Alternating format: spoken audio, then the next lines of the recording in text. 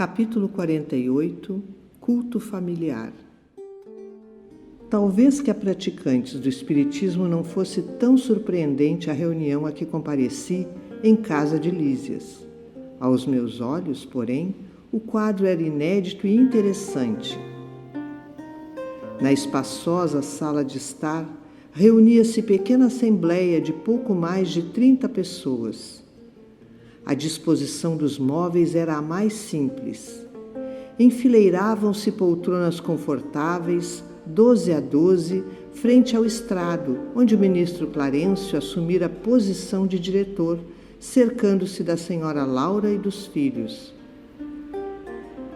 À distância de 4 metros, aproximadamente, havia um grande globo cristalino, da altura de 2 metros presumíveis, envolvido, na parte inferior, em longa série de fios que se ligavam a pequeno aparelho, idêntico aos nossos alto-falantes. Numerosas indagações me bailavam no cérebro. Na sala extensa, cada qual tomara lugar adequado, mas observava conversações fraternas em todos os grupos. Achando-me ao lado de Nicolas, antigo servidor do Ministério do Auxílio e íntimo da família de Lísias, ousei perguntar alguma coisa. O companheiro não se fez de rogar e esclareceu. Estamos prontos, contudo, aguardamos a ordem da comunicação. Nosso irmão Ricardo está na fase da infância terrestre e não lhe será difícil desprender-se dos elos físicos, mais fortes, por alguns instantes. Mas virá ele até aqui? Indaguei. Como não? Revidou o interlocutor. Nem todos os encarnados se agrilhoam ao solo da terra.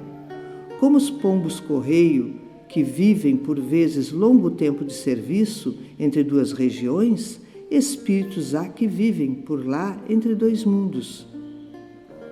E indicando o aparelho à nossa frente, informou: ali está a câmara que nolo apresentará. Por que o globo cristalino? Perguntei curioso. Não poderia manifestar-se sem ele? É preciso lembrar, disse Nicolas atenciosamente, que a nossa emotividade emite forças suscetíveis de perturbar. Aquela pequena câmara cristalina é constituída de material isolante. Nossas energias mentais não poderão atravessá-la. Nesse instante, foi Lísias chamado ao fone por funcionários da comunicação. Era chegado o momento. Poder-se-ia começar o trabalho culminante da reunião. Verifiquei no relógio de parede que estávamos com 40 minutos depois da meia-noite. Anotando meu olhar interrogativo, disse Nicolas em voz baixa: somente agora há bastante paz no recente lar de Ricardo, lá na terra. Naturalmente, a casa descansa, os pais dormem e ele, em a nova fase, não permanece inteiramente junto ao berço. Não lhe foi possível continuar. O ministro Clarencio, levantando-se, pediu homogeneidade de pensamentos e verdadeira fusão de sentimentos. Fez-se grande quietude e Clarencio disse comovedora e singela prece. Em seguida, Lísias se fez ouvir na cítara harmoniosa, enchendo o ambiente de profundas vibrações de paz e encantamento. Logo após, Clarencio tomou novamente a palavra. Irmãos, disse, enviemos agora a Ricardo a nossa mensagem de amor. Observei, então com surpresa, que as filhas e a neta da senhora Laura, acompanhadas de Lísias, abandonavam o estrado, tomando posição junto dos instrumentos musicais.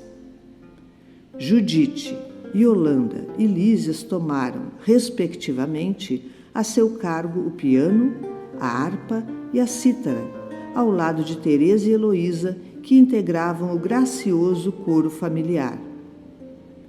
As cordas afinadas casaram os ecos de branda melodia e a música elevou-se, cariciosa e divina, semelhante a gorjeio celeste.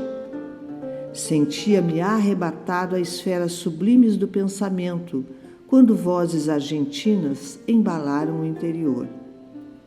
Lísias e as irmãs cantavam maravilhosa canção, composta por eles mesmos.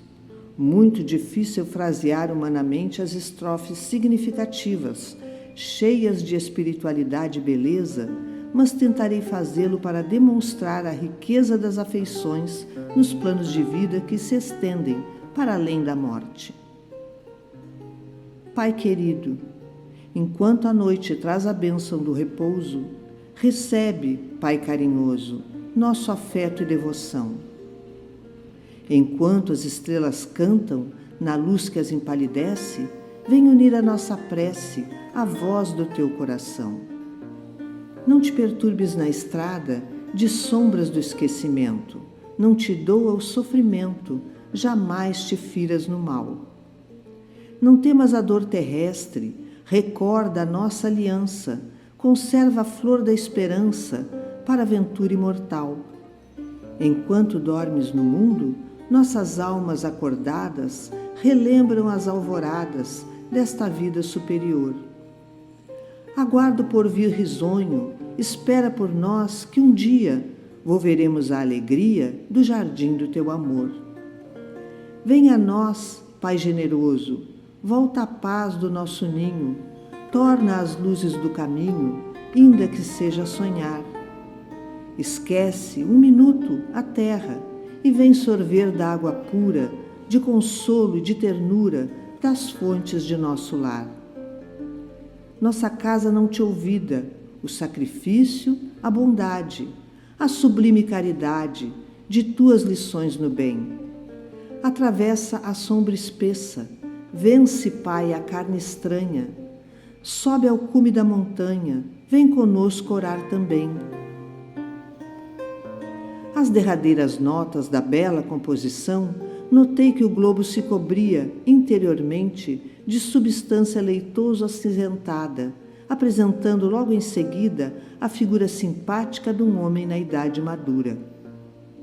Era Ricardo. Impossível descrever a sagrada emoção da família, dirigindo-lhe amorosas saudações. O recém-chegado, após falar particularmente à companheira e aos filhos, fixou o olhar amigo em nós outros, pedindo fosse repetida a suave canção filial, que ouviu banhado em lágrimas. Quando se calaram as últimas notas, falou comovidamente: ó, meus filhos, como é grande a bondade de Jesus, que nos aureolou o culto doméstico do Evangelho com as supremas alegrias desta noite. Nesta sala temos procurado, juntos, o caminho das esferas superiores. Muitas vezes recebemos o pão espiritual da vida e é, ainda aqui, que nos reencontramos para o estímulo santo. Como sou feliz! A senhora Laura chorava discretamente. Lísias e as irmãs tinham os olhos marejados de pranto. Percebi que o recém-chegado não falava com espontaneidade e não podia dispor de muito tempo entre nós. Possivelmente, todos ali mantinham análoga impressão, porque vi Judite abraçar-se ao globo cristalino, ouvindo-a exclamar carinhosamente: Pai querido, diga o que precisa de nós, esclareça em que poderemos ser úteis ao seu abnegado coração. Observei então que Ricardo pousou o olhar profundo na senhora Laura e murmurou: sua mãe virá ter comigo em breve, filhinha. Mais tarde virão vocês, igualmente. Que mais poderia desejar para ser feliz, senão rogar ao Mestre que nos abençoe para sempre? Todos chorávamos, enternecidos. Quando o globo começou a apresentar de novo os mesmos tons acinzentados, ouvi Ricardo exclamando, quase a despedida: ah, filhos meus, alguma coisa tenho a pedir-lhes do fundo de minha alma. Roguem ao Senhor para que eu nunca disponha de facilidades na terra, a fim de que a luz da gratidão e do entendimento permaneça viva em meu espírito. Aquele pedido inesperado me sensibilizou e surpreendeu ao mesmo tempo.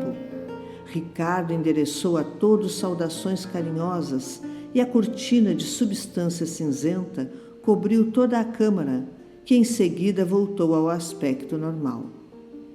O ministro Clarencio orou com sentimento e a sessão foi encerrada, deixando-nos imersos em alegria indescritível. Dirigi-me ao estrado para abraçar a senhora Laura, exprimindo-lhe de viva voz minha profunda impressão e reconhecimento, quando alguém me atalhou os passos, quase junto à dona da casa, que se ocupava a atender às numerosas felicitações dos amigos presentes. Era Clarencio que me falou em tom amável. André, amanhã acompanharei nossa irmã Laura à esfera carnal. Se lhe apraz, poderá vir conosco para visitar sua família. Não podia ser maior a surpresa. Profunda sensação de alegria me empolgou, mas lembrei instintivamente o serviço das câmaras. Adivinhando-me, porém, o pensamento, o generoso ministro voltou a dizer: você tem regular quantidade de horas de trabalho extraordinário a seu favor. Não será difícil a Genésio conceder-lhe uma semana de ausência, depois do primeiro ano de cooperação ativa. Possuído de júbilo intenso, agradeci, chorando e rindo ao mesmo tempo. Ia, enfim, rever a esposa e os filhos amados.